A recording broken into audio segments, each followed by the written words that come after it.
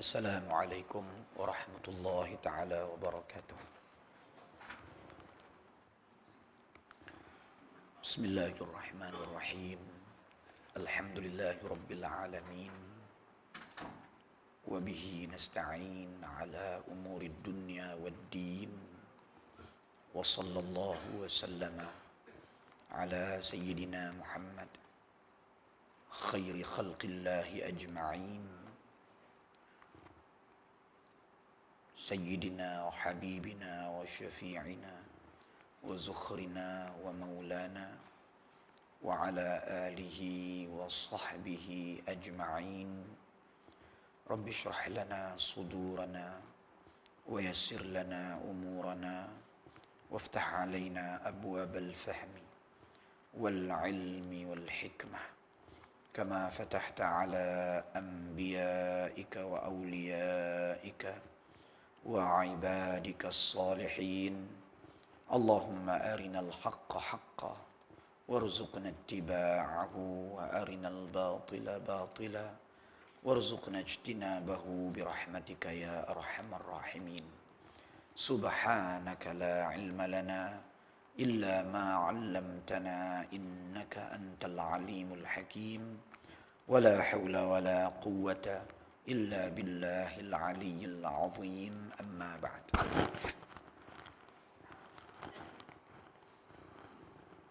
Alhamdulillah, kita bersyukur kehadirat Allah Subhanahu wa taala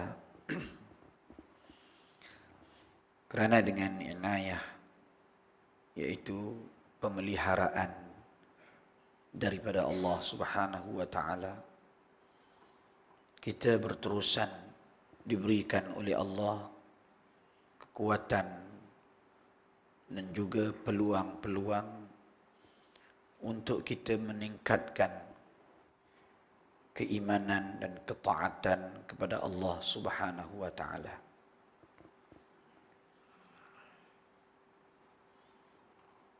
Tanpa inayah daripada Allah, sudah tentulah kita bukan sahaja tak akan dapat untuk meningkatkan iman dan taat, bahkan lintasan dan dorongan pikiran ke arah itu pun tidak menjelma di dalam benak kita dan juga di dalam hati kita.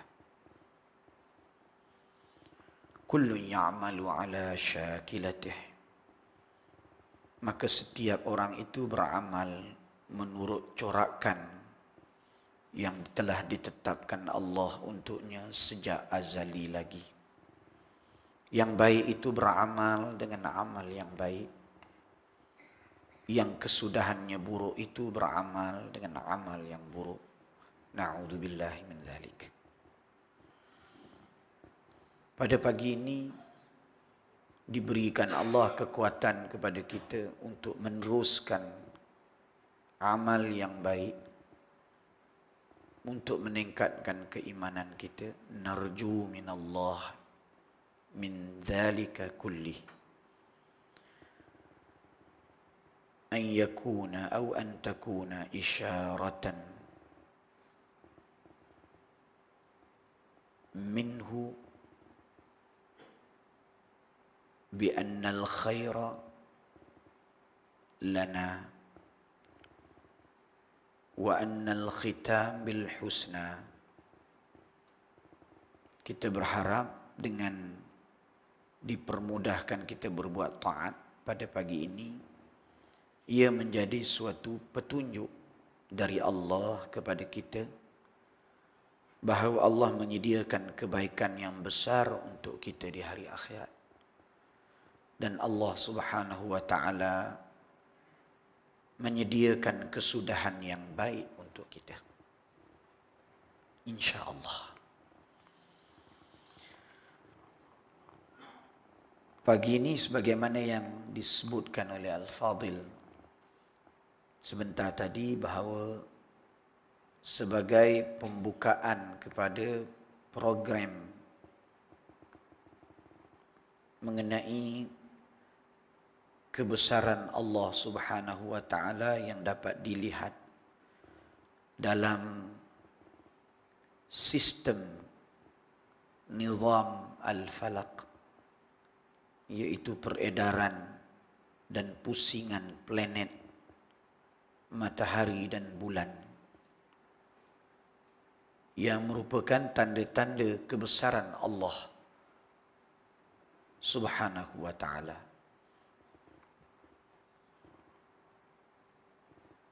Di mana para ulama berkata, seperti Al-Abhari, seorang tokoh daripada tokoh-tokoh Islam, فَإِنَّ كُلَّ مَنْ كَانَ أَكْثَرُ تَوَغُّلًا في بحار المخلوقات كان أكثر علما بجلال الله تعالى وعظمته. Sesungguhnya setiap orang yang mempunyai atau yang semakin besar, semakin banyak ia berkecimpung di dalam lautan pengetahuan terhadap makhluk, maka adalah semakin besar ilmunya terhadap keagungan Allah Ta'ala dan kebesarannya. Makna kata Al-Abhari, bahawa semakin banyak pengetahuan kita tentang makhluk, semakin mendalam pengetahuan kita tentang kejadian alam ini, semakin menghalusi tilikan kita terhadap perjalanan alam ini, termasuk di dalamnya manusia dan segala planet dan bintang, gunung ganang dan lautan.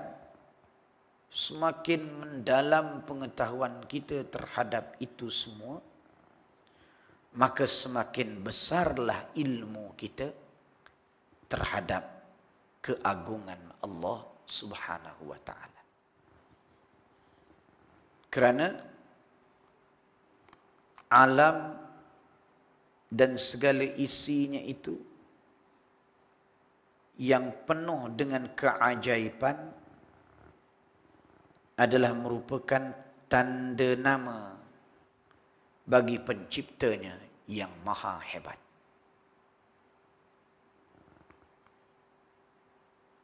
Bagi mereka yang berilmu, yang mengkaji akan alam itu, tidak dapat melainkan terpaksa menyimpulkan bahawa sesungguhnya yang mencipta akan alam tersebut mestilah suatu zat yang maha sempurna, yang maha agung, dan mustahil ia zat yang mempunyai sebarang kekurangan. Tidak ada yang bersifat dengan segala kesempurnaan dan tak ada yang terlepas dari sebarang kekurangan melainkan zat ketuhanan, yaitu Allah Subhanahu wa ta'ala. Kerana itu Al-Abhari mengingatkan bahawa mereka yang meneliti akan kejadian alam pasti meningkat ilmunya terhadap kebesaran Tuhan. Jadi program falak yang dianjurkan oleh jawatan kuasa program adalah merupakan suatu langkah yang betul untuk kita meningkatkan keimanan dan pengetahuan kita terhadap kebesaran Allah Subhanahu wa ta'ala. Allah Subhanahu wa ta'ala berfirman di dalam Al-Quran. Ia menunjukkan bagaimana kejadian alam itu sebagai dalil bagi ketauhidan Allah. yang hanya dapat difahami oleh orang yang berakal. Firman Allah, A'udzubillahi minasyaitonirrajim, wa ilahukum ilahun wahid, la ilaha illa huwar rahmanur rahim. Inna fi khalqis samawati wal ardi wa ikhtilafil laili wan nahari wal fulki allati tajri fil bahri bima yanfa'un nasa wa ma anzalallahu minas samaa'i min ma'in fa ahya bihil arda ba'da mautiha wa batha fiha min kulli dabbatin wa tasrifir riyahi was sahabil musakhkhari bainas samaa'i wal ardi la ayatin liqaumin ya'qilun. Maksudnya, dan Tuhanmu adalah Tuhan yang Maha Esa. Tidak ada Tuhan yang berhak disembah melainkan Dia, yang Maha Pemurah lagi Maha Penyayang. Selepas Allah menyebut tentang ketauhidannya, Allah menerangkan dalil bagi ketauhidannya. Sesungguhnya dalam penciptaan langit dan bumi, silih bergantinya malam dan siang, bahtera yang berlayar di laut membawa apa yang berguna bagi manusia, dan apa yang Allah turunkan dari langit berupa air, lalu dengan air itu Dia hidupkan bumi sesudah mati keringnya, dan Dia sebarkan di bumi itu segala jenis haiwan dan pengisaran angin dan awan yang dikendalikan antara langit dan bumi. Sungguh, yakni semua itu terdapat tanda-tanda keesaan dan kebesaran Allah bagi kaum yang memikirkan. Allah Subhanahu wa taala mendatangkan dalil daripada penciptaannya untuk disaksikan oleh manusia, dipelajari. Kerana dengan manusia melihat akan ciptaan Allah itu, pasti manusia akan beriman dengan ketunggalan Allah Subhanahu wa taala. Dan pasti manusia itu akan mengabdikan dirinya kepada Allah. Dan tentulah melihat akan kejadian alam itu ala maratibiha bihasabi darajatil ilm wal aqal adalah menurut peringkat. Maka bagi orang-orang Arab sesuai dengan kemajuan fikiran mereka pada ketika itu. Bagi orang-orang yang semakin berilmu daripada kalangan ahli falsafah, sesuai dengan pemikiran mereka. Bagi para ilmuwan yang mengkaji di bidang mereka terhadap kejadian alam, maka sesuailah dengan kajian mereka itu semua. Bila mereka menelitinya, pasti mereka akan menyimpulkan seolah-olahnya alam itu berkata dengan lisanul hal bahawa Allah lah yang menciptaku, bahawa Allah itu tiada yang seumpamanya dalam ilmu dan kehebatannya. Jadi kita disuruh meneliti akan kejadian alam itu betul-betul, berfikir betul-betul. Kerana itu Rasulullah sallallahu alaihi wasallam menjadi akhlak baginda. Sebagaimana yang disaksikan oleh Maisarah dalam perjalanan daripada Makkah ke Syam untuk berniaga, meniagakan barang-barang perniagaan kepunyaan Sayyidatina Khadijah radhiyallahu anha. Pada ketika dalam perjalanan dia mendapati Rasulullah sallallahu alaihi wasallam selalu melihat ke langit dan selalu dalam keadaan termenung berfikir. Subhanallah, seperti mana yang disebut oleh Allah Ta'ala, Rabbana ma khalaqta hadza batila. Wahai Tuhanku, wahai Tuhan kami, sekali-kali Engkau tidak mencipta akan alam ini secara sia-sia. Mesti ada matlamat, mesti ada tujuan. Subhanaka, suci Engkau daripada perbuatan yang sia-sia, daripada perbuatan-perbuatan yang tidak layak untuk kebesaran-Mu. Faqina azaban nar, maka lindungilah kami daripada azab api neraka. Lantaran tidak mengambil pelajaran daripada ciptaan Allah Subhanahu wa ta'ala tersebut.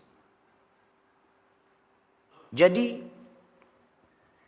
Rasulullah sallallahu alaihi wasallam, sifat baginda itu merenung, meneliti, memikirkan kehebatan ciptaan ini dan bagaimana Allah Subhanahu wa ta'ala itu adalah merupakan zat yang maha sempurna yang telah menciptakan semuanya itu.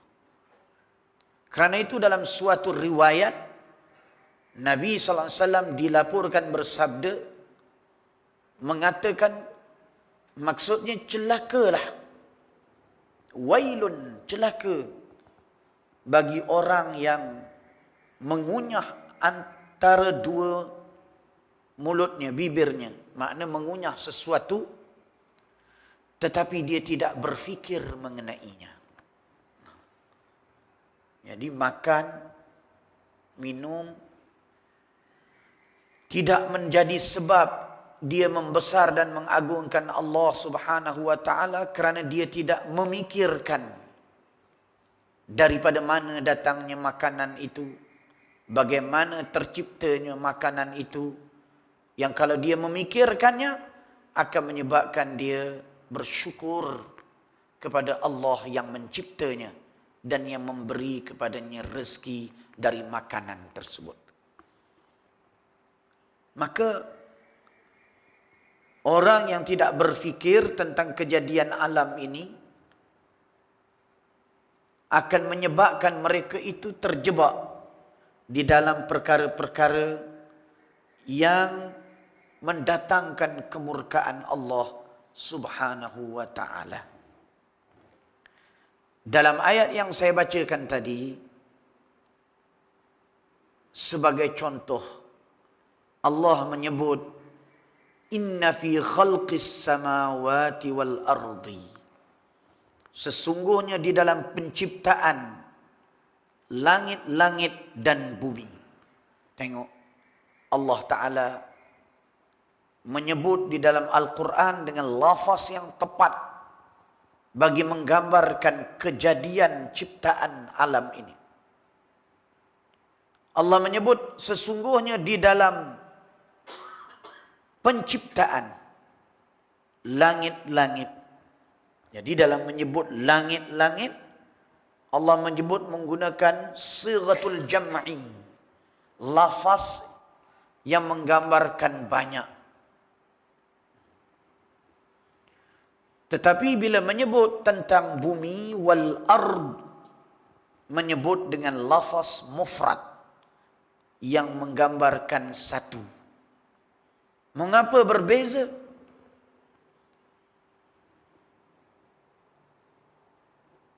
Mengapa tidak disebut as-samawati wal aradi?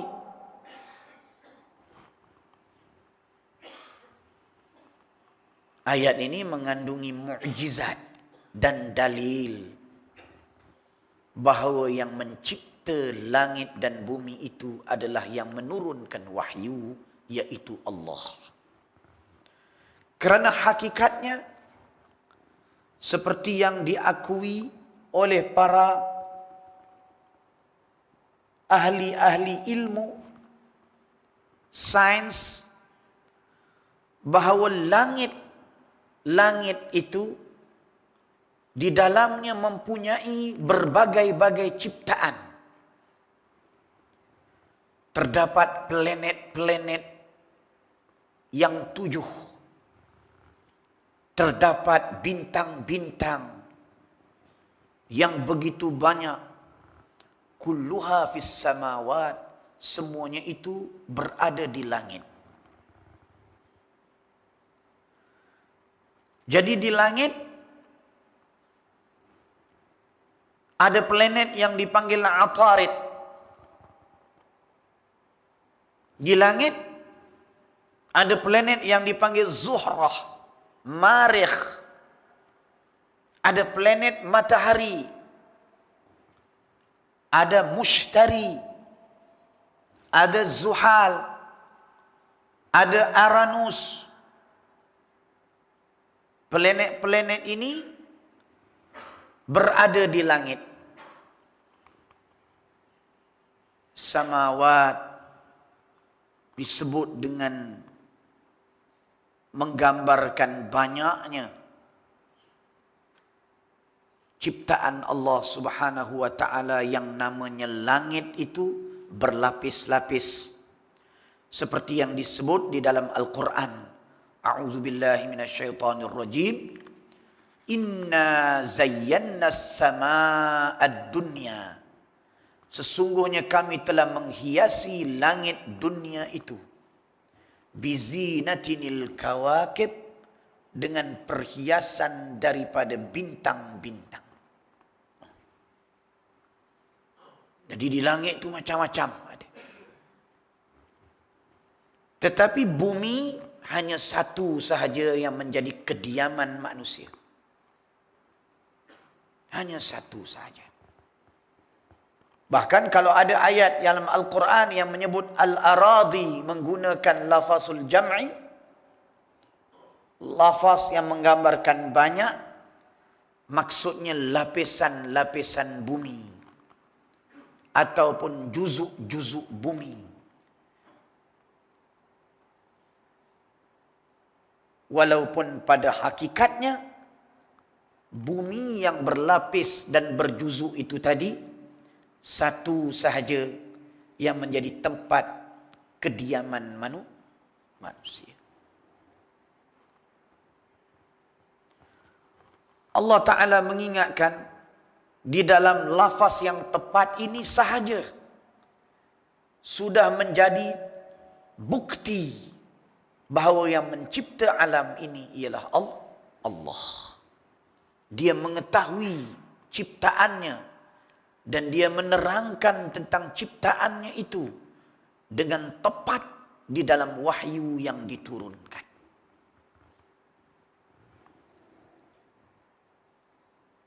Kerana itulah golongan yang beriman ditambah lagi dengan ilmu terhadap kejadian alam semakin menyingkapkan kepada hatinya kebenaran Al-Quran. Jadi ramai di kalangan ahli-ahli sains di barat yang beriman kepada Allah Subhanahu wa taala setelah membaca ayat-ayat Al-Quran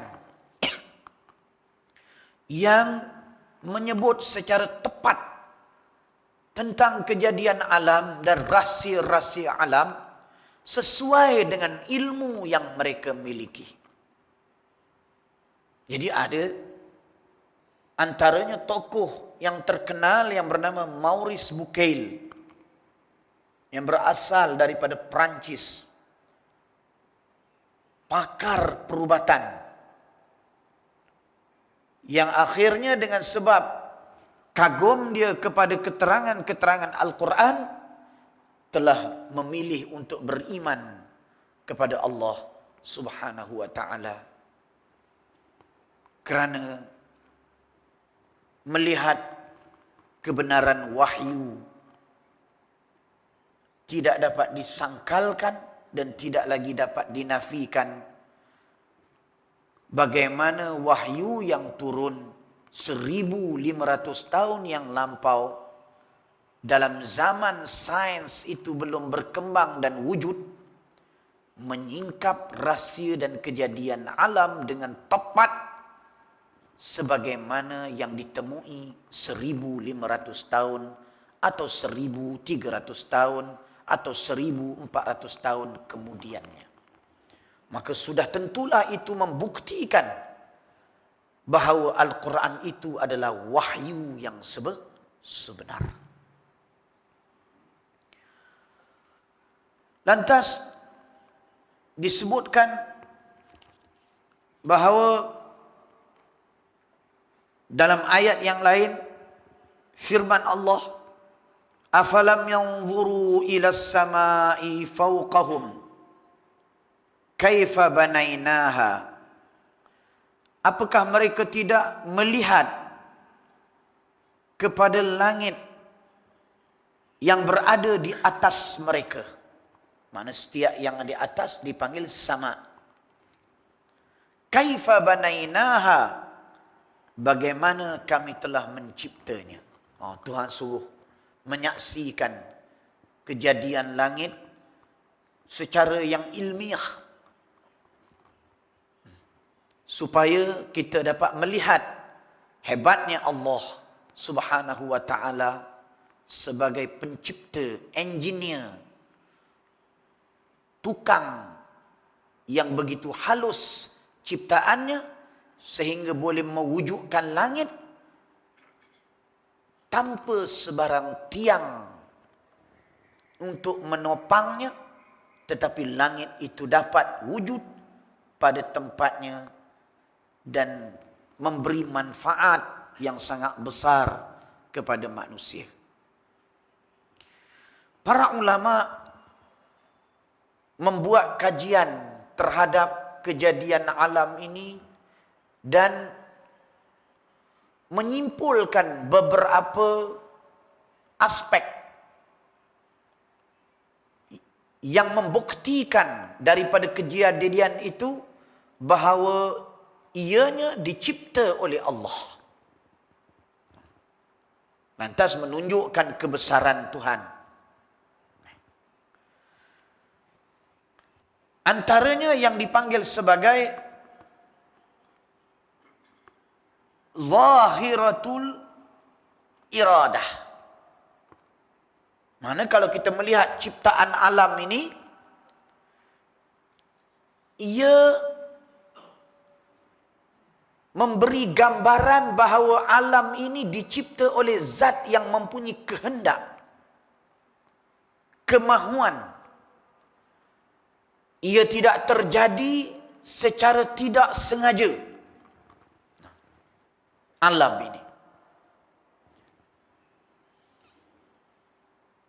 Semakin alam yang kita teliti itu semakin halus, semakin rumit kejadiannya, semakin kompleks, semakin ia membuktikan dan menegaskan bahawa yang menciptanya ialah zat yang mempunyai kehendak, iaitu zat ketuhanan Allah Subhanahu wa taala.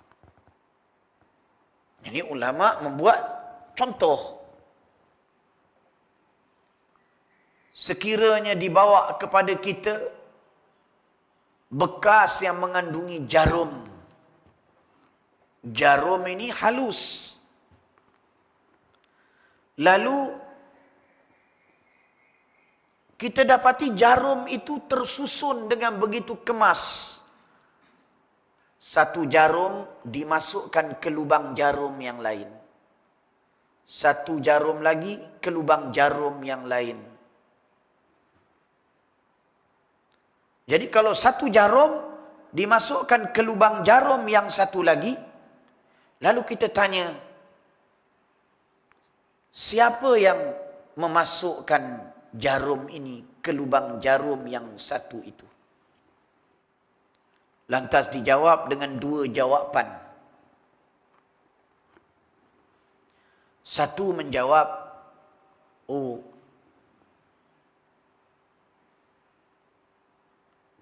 kebetulan ketika anak kecil itu membawa bekas ini, tiba-tiba didapati jarum itu dimasukkan ke dalam lubang jarum yang satu lagi. Ini satu jawapan. Kebetulan.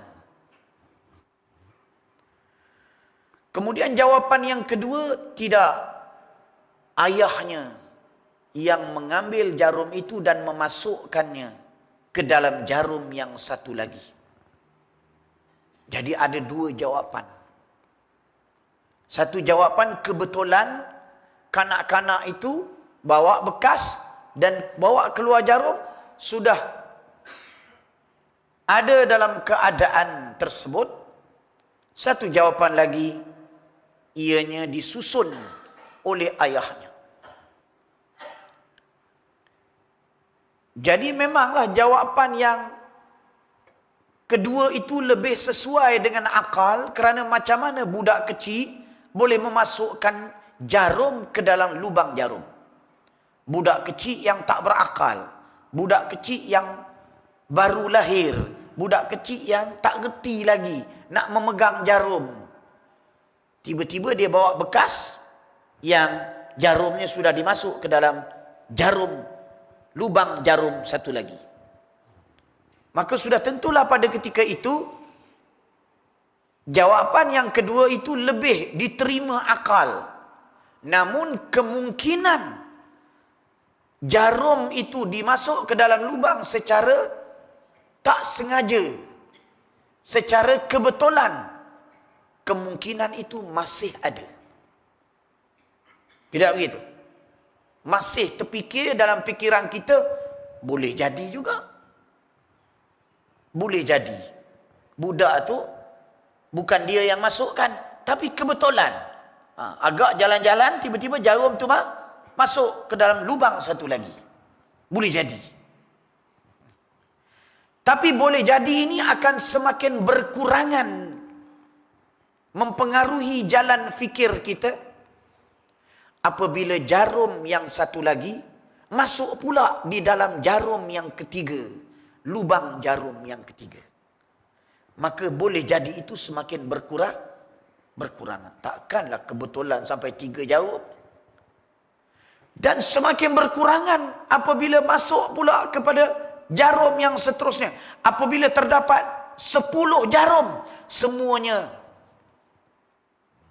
hujung jarum itu berada di dalam lubang setiap jarum yang berikut.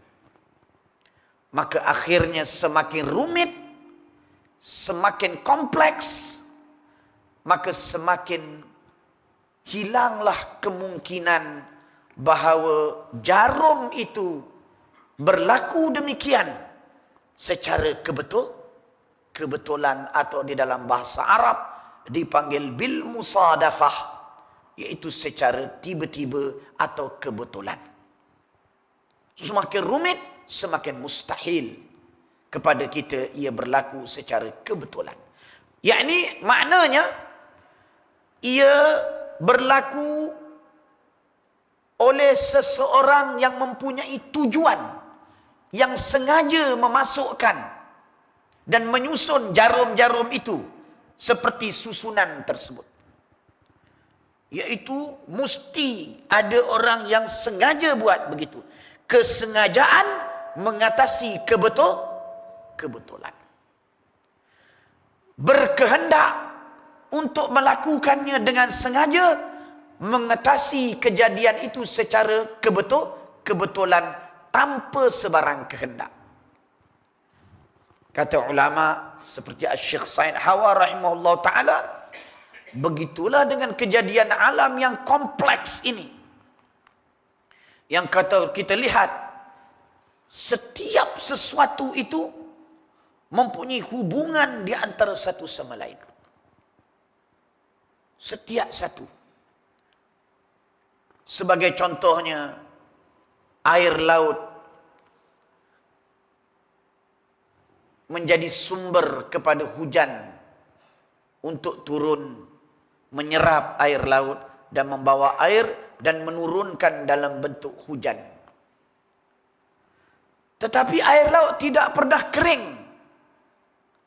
Kerana air laut itu pula datang air kepadanya melalui sungai-sungai dan melalui telaga-telaga di bawah bumi, mata air dan sebagainya, sehingga berlaku pusingan yang berterusan yang menyebabkan air laut tidak pernah kering, namun air hujan terus-menerus turun.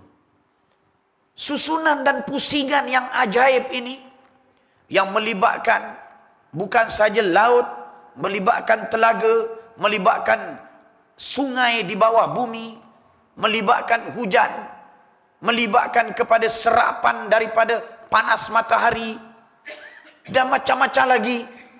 Semakin rumit, semakin kompleks, semakin pelik, semakin ajaib, semakin mengagumkan, sehingga setengah orang menghabiskan usianya mengkaji kejadian ini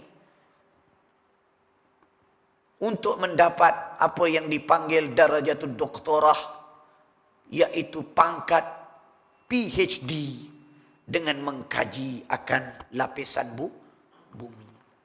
Belum lagi mengkaji akan jenis-jenis air, belum lagi mengkaji akan lautan, menunjukkan kepada kita secara sah bahawa alam ini adalah dicipta oleh zat yang mempunyai sifat berkehendak.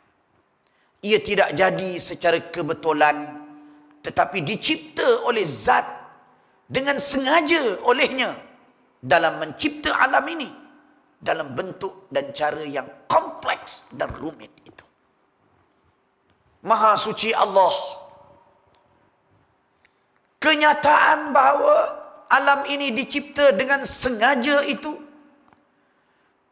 tampak lahir di dalam semua ciptaan Allah Subhanahu wa ta'ala. Maka bagaimanakah manusia tak beriman kepada Allah? Ini kata ulama hanyalah satu daripada 7 petanda-petanda yang terdapat pada penciptaan alam ini, bahawa ia dicipta oleh Allah. Ini baru satu. Satu ini pun manusia tak boleh menolaknya. Satu ini pun menyebabkan manusia sudah cukup untuk menjadi dalil betapa Allah itulah yang mencipta alam ini, yang mendorong kepadanya beriman dengan Allah Subhanahu wa ta'ala. Jadi hebatnya alam ini. Maka sebab itu Allah memerintah kita supaya mengkaji dan menyelidik akan kejadian alam. Kerana sesungguhnya kejadian alam itu mengandungi bukan 7, 9 petunjuk bahawa ia dicipta oleh Allah. Dalam firman Allah Ta'ala yang saya bacakan tadi, Inna fi khalqis samawati wal ardi wa ikhtilafil laili wan nahar. Dan perubahan malam dan siang. Perubahan malam dan siang itu adalah daripada ciptaan Allah yang maha hebat. Jadi perubahan keadaan bumi daripada bercahaya kepada gelap, dan manfaat yang terdapat ketika di waktu siang untuk manusia bekerja, dan manfaat yang terdapat ketika di waktu malam setelah bekerja manusia berehat bagi mengembalikan kekuatannya, mempunyai hikmah yang besar Sehingga di dalam ayat yang lain Allah mencabar dan mengingatkan manusia. Bagaimana agak-agak kalau Allah menjadikan malam itu kekal, siapa yang boleh mengembalikan siang kepada manusia? Allah cabar bahawa malam dan siang itu adalah merupakan ciptaan Allah Subhanahu wa taala yang maha hebat, yang kalau Allah hendak, Allah boleh menjadikan malam berterusan, dan kalau Allah hendak, Allah boleh menjadikan siang berterusan. Tetapi apabila berlaku begitu, inqalaba an-naf'u darran, yang baik tadi di waktu siang, yang baik tadi malamnya, bila berubah tempohnya, berubah menjadi mudarat kepada manusia. Kerana itu Allah tidak mengubahnya, tidak menjadikan siang berterusan, tidak menjadikan malam berpanjangan, kerana rahmat Allah kepada manusia. Rahmat Allah kepada manusia menyebabkan Allah membuat ciptaannya dengan tepat, yang tidak membawa kepada mudarat kepada manusia itu. Bahkan terus menerus mendatangkan manfaat kepada manusia. Dan di antara tanda yang terdapat di dalam ciptaan Allah Subhanahu wa taala, ada satu lagi dalam ayat ni cukup menarik, saya lihat dalam tafsir, yaitu yang menyebut waqtilafil laili wan nahar ini, yaitu bersilih gantinya malam dan siang. Bersilih ganti maknanya apa?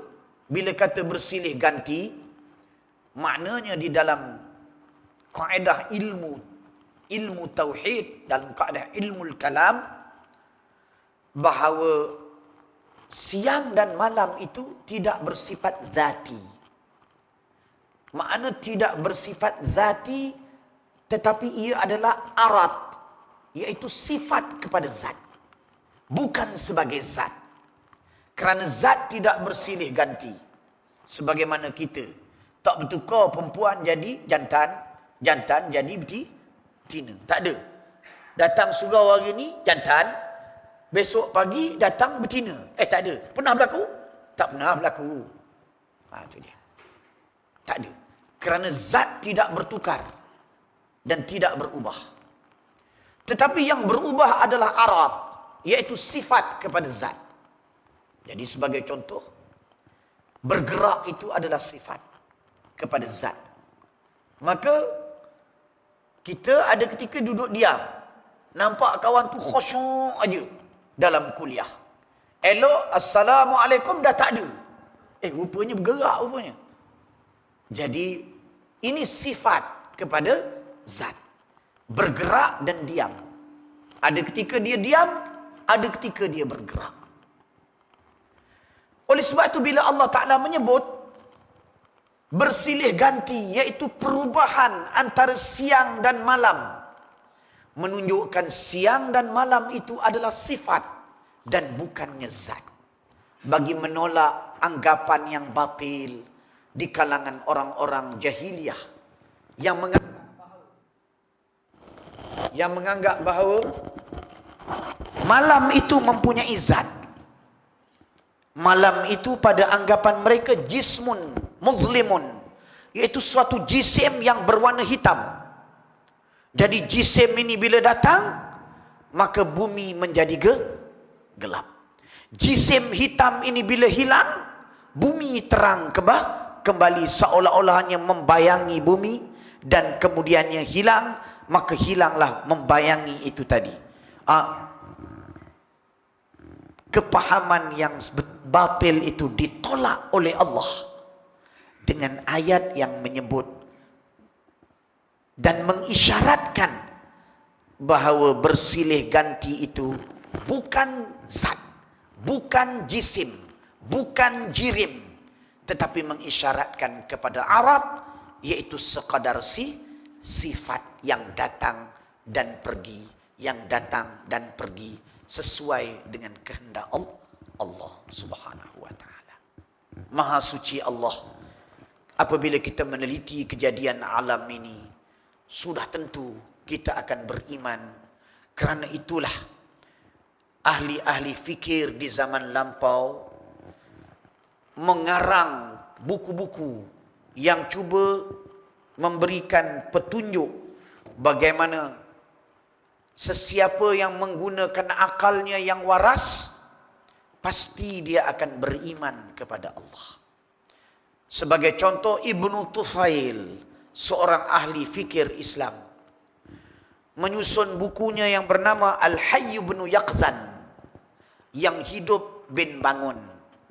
Hay makna hidup, bin Yaqzan bangun.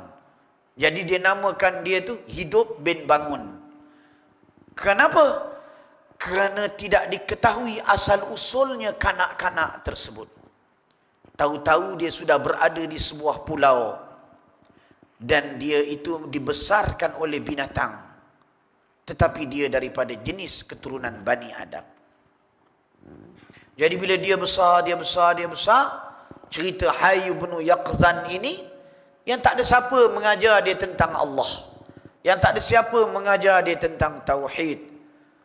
Tetapi bila dia dewasa, dengan menggunakan pikirannya yang tajam, akhirnya dia menyimpulkan tentang kewujudan Allah Subhanahu wa ta'ala yang menjadikan alam yang begitu indah. Akhirnya dia menjadi orang yang percaya adanya Allah, percaya tentang ketauhidan Allah. Dibuktikan oleh kisah Al-Hayy bin Yaqzan yang merupakan kisah fiction, untuk menunjukkan bagaimana akal yang waras bila digunakan dengan betul akan membawa manusia kepada memperakui kewujudan Allah dan ketauhidan Allah. Kerana itu Allah Ta'ala menyebut di dalam ayat yang saya bacakan pada ayat 164 daripada surah Al-Baqarah, akhir sekali Tuhan sebut la ayatil liqaumin ya'qilun, adalah tanda-tanda bagi golongan yang memikirkan, yang menggunakan akalnya. Jadi alhamdulillah, pada pagi ini kita memulakan satu program untuk mengkaji dan melihat kejadian alam yang begitu indah berdasarkan kaedah ilmu falak. Ilmu falak ini adalah ilmu yang diasaskan oleh umat Islam di zaman keemasannya. Sehingga umat Islam inilah yang mula-mula mencipta akan peta, iaitu mencipta akan globe, mencipta akan alat-alat untuk melihat akan peredaran bintang. Dan ilmu astronomi itu adalah ditemui dan dikaji oleh umat Islam lebih dahulu daripada tokoh-tokoh daripada barat. Jadi tuan-tuan yang dirahmati Allah Subhanahu wa ta'ala, saya fikir apa yang telah saya sebutkan pada pagi ini cukup untuk memahamkan kita semua bahawa penting kita ini menjadi orang yang menyaksi dan meneliti kejadian alam sebagai cara bagi kita mengenal kebesaran Allah dengan penuh yakin, bersungguh-sungguh betul bahawa hanya Allah yang mencipta alam, dan Allah itu bersifat dengan segala sifat kesempurnaan, suci dari segala sifat kekurangan. Kerana mustahil yang boleh mencipta alam yang kompleks ini ada walau sedikit pun kebodohan dan kelemahan. Mustahil. Itu tuan yang dirahmati Allah. Ada suatu perkara yang saya terbaca yang disebut juga di dalam kitab yang disusun oleh Syekh Sa'ad Hawa rahimahullah ta'ala, kitab yang bernama Allah. Dinamakan kitab itu Allah kerana menyebut tentang tanda-tanda ketauhidan Allah. Disebut di situ bagaimana binatang-binatang ini sesuai Allah jadikan untuk mengekalkan kehidupan. Dengan persediaan-persediaan tubuhnya. Sebagai contohnya, Allah Ta'ala mencipta unta yang duduk di padang pasir dengan kakinya yang tebal. Supaya dia boleh memijak pasir itu tadi tanpa tenggelam kakinya. Boleh menapak dan bergerak di padang pasir dalam keadaan yang selesa. Bila masanya unta ni berfikir untuk mendapatkan tapak kaki seperti itu. Dia lahir-lahir tapak kakinya dah begitu dah. Kita pula lahir tapak kaki siap 5 jari. Siapa yang bagi unta tapak kaki begitu, yang kita 5 jari? Mengapa ada perbezaan di situ? Maka bila kita teliti dan kita selidik, Allah Ta'ala menjadikan itu bagi membawa keselesaan dan kemudahan untuk kita ini hidup di dunia, dan ianya adalah merupakan hal yang menyebabkan kita ini dapat mengekalkan kehidupan kita. Ini dipanggil oleh para ulama sebagai ni'matul imdad. Nikmat mengekalkan kehidupan. Selepas datangnya ni'matul ijad, nikmat penciptaan oleh Allah Subhanahu wa taala. Jadi unta tadi bukan sahaja tapak kakinya yang tebal menyebabkan dia boleh bergerak di padang pasir, boleh hidup di padang pasir, malah dijadikan belakangnya pula mempunyai bonggol yang boleh menyimpan air, seolah-olahnya ada tangki air pada tubuhnya, sehingga dia boleh berjalan di padang pasir dalam tempoh yang lama dengan bekalan air yang ada di belakangnya itu. Maha suci Allah yang menjadikan padang pasir itu begitu luas. Kadang-kadang sebulan perjalanan baru menemui penempatan manusia. Maka Allah jadikan unta-unta itu sebagai kenderaan yang tahan lasak, yang dah tentu nak bagi minum air di tengah padang pasir itu susah, nak cari air. Maka unta ni yang telah dibekalkan dengan bonggol oleh Allah yang menyimpan air, menyebabkan dalam perjalanan dia boleh menempuh perjalanan yang jauh dengan sebab kemudahan yang dicipta oleh Allah Ta'ala. Ini ni'matul imdad. Jadi bila unta ni pun boleh bergerak, maka orang yang duduk di padang pasir, yang duduk daripada kalangan orang Arab, boleh meneruskan kehidupan melalui perniagaan. Kalau tak ada unta ni, maka binatang yang ada seperti kuda sahaja, maka perlu dibekalkan dengan air. Maka sudah tentu terbatas perkembangan tamadun orang-orang Arab ini, dan terbatas usaha mencari rezeki kerana kenderaan yang ada tidak dapat untuk membantu mereka bagi urusan perniagaan dan seumpamanya dalam perjalanan yang jauh. Siapa yang fikir benda ni? Manusia sebelum lahir tak sempat fikir dah. Dia pun tak tahu lahir orang Melayu ke orang Arab. Lahir di hutan Kalimantan ke lahir di tengah padang pasir, ke lahir di gunung salji. Dia pun tak tahu. Jauh sekali nak sempat berfikir dan nak merancang. Keluar-keluar dah siap semua. Ini dipanggil ni'matul imdad. Oh, Masya Allah, besarnya nikmat Allah Ta'ala untuk manusia ini. Kemudiannya unta ni tadi pula dibekalkan pula dengan bulu mata yang tebal. Sehingga bila melalui padang pasir, maka menyebabkan tiupan pasir yang begitu kuat tidak menikam matanya kerana dibekalkan dengan bulu mata yang menjadi pelindung kepada matanya. Siapa yang memikirkan ini? Siapa yang merencanakan ini? Kalau bukan yang menjadi, yang menciptanya adalah Allah Subhanahu wa ta'ala. Sebab tu tuan-tuan, Allah Ta'ala menyebut di dalam Al-Quran, innama yakhshallaha min ibadihil ulama. Kata Al-Imam Asy'arawi, maksudnya ialah ulama'ul kaun. Rahimahullahu ta'ala rahmatan wasi'ah. Sesungguhnya maksud ayat, hanya senya yang takut kepada Allah itu dari kalangan hambanya ialah para ulama.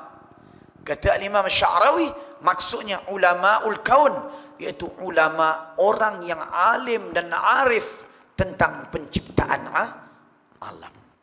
Jadi bila dia arif tentang penciptaan alam, maka sudah pastilah dia akan menjadi orang yang takut kepada Allah Subhanahu wa ta'ala, mengakui keagungan dan kebesaran Tuhannya, tunduk dan patuh kepada perintah dan syariatnya.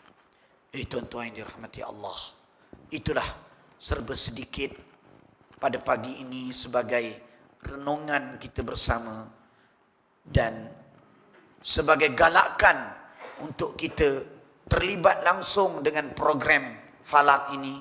Jadi saya dengar ada teropong siap, inilah peluang kita nak menengok, nak menengok bintang bulan, nak menengok apa kita panggil kejadiannya yang mustahil dapat dilihat dengan mata kasar. Nak tengok matahari pun rasanya boleh kot, tak sampai, kecil sangat. Jadi tapi boleh nampaklah atas tu. Ya.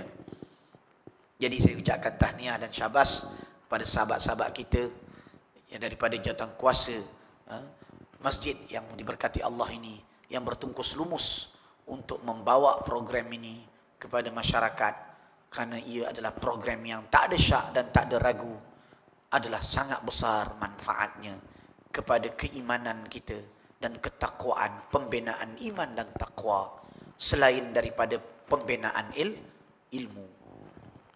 Jadi sekadar itulah yang dapat disampaikan pada pagi ini. Wallahu a'lam. Aqulu qawli hadza wa astaghfirullahal azim li wa lakum. Wa sallallahu ala sayyidina Muhammad wa ala alihi wa sahbihi wa baraka wa sallam. Walhamdulillahi rabbil alamin. Wassalamu alaikum warahmatullahi taala wabarakatuh.